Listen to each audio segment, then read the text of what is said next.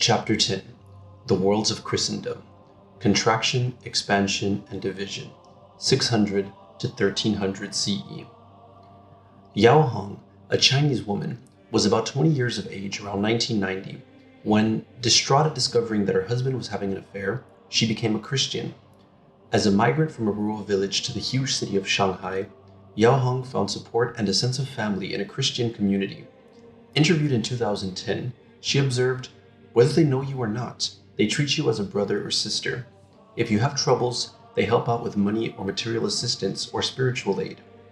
Nor did she find the Christian faith alien to her Chinese culture. To the contrary, she felt conversion to Christianity as a patriotic act, even a way of becoming more fully modern. "God is rising here in China," she declared. "If you look at the United States or England, their gospel is very advanced. Their churches are rich because God blesses them. So I pray for China." Yao Hong is but one of many millions who have made Christianity a very rapidly growing faith in China over the past 30 years or so. Other Asian countries, South Korea, Taiwan, Singapore, the Philippines, Vietnam, and parts of India, also host substantial Christian communities. Even more impressively, the non-Muslim regions of Africa witnessed an explosive advance of Christianity during the 20th century, while Latin America, long a primarily Catholic region, has experienced a spectacular growth of Pentecostal Protestant Christianity since the 1970s. In the early 21st century, over 60% of the world's Christians lived in Asia, Africa, or Latin America. Thus, Europe and North America, long regarded as the centers of the Christian world, have been increasingly outnumbered in the census of global Christianity. Interestingly enough, the 6th and 7th century world of Christendom revealed a broadly similar pattern. Christianity then enjoyed an Afro-Eurasian reach with flourishing communities in Anatolia, Arabia, Egypt, North Africa, Ethiopia, Nubia, Syria, Armenia, Persia, India, and China, as well as Europe. But during the next 1,000 years, radical changes reshaped that Christian world. Its African and Asian outposts largely vanished, declined, or were marginalized as Christianity became primarily a European phenomenon for the next 1,000 years or more. During this millennium, Christianity came to provide a measure of cultural commonality for the diverse peoples of Western Eurasia, much as Chinese civilization and Buddhism did for those of East Asia and Islam did for the Middle East and beyond. By 1300, almost all of these societies, from Ireland and England in the West to Russia in the East, had embraced in some form the teachings of the Jewish artisan called Jesus. At the same time, that part of the Christian world became deeply divided. Its eastern half, known as the Byzantine Empire or Byzantium, encompassed much of the eastern Mediterranean basin while continuing the traditions of the Greco-Roman world, though on a smaller scale until its conquest by the Muslim Ottoman Empire in 1453.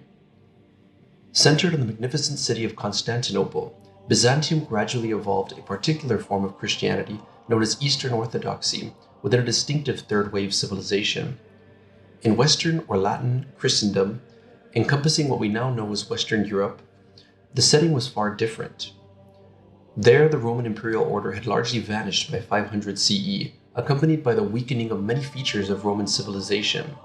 Roads fell into disrepair, cities decayed, and long-distance trade shriveled.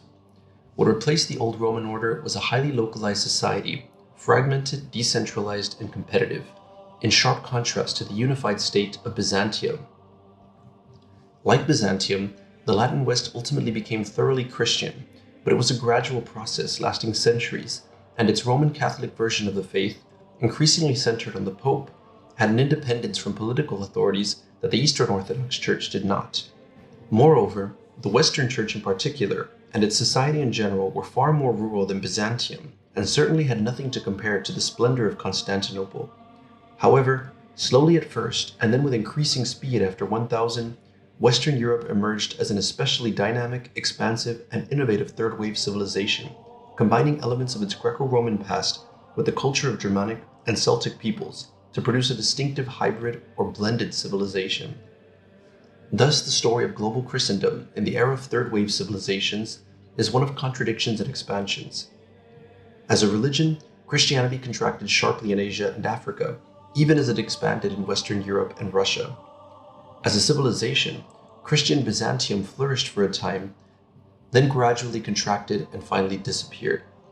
The trajectory of civilization in the West traced an opposite path, at first contracting as the Roman Empire collapsed, and later expanding as a new and blended civilization took hold in Western Europe.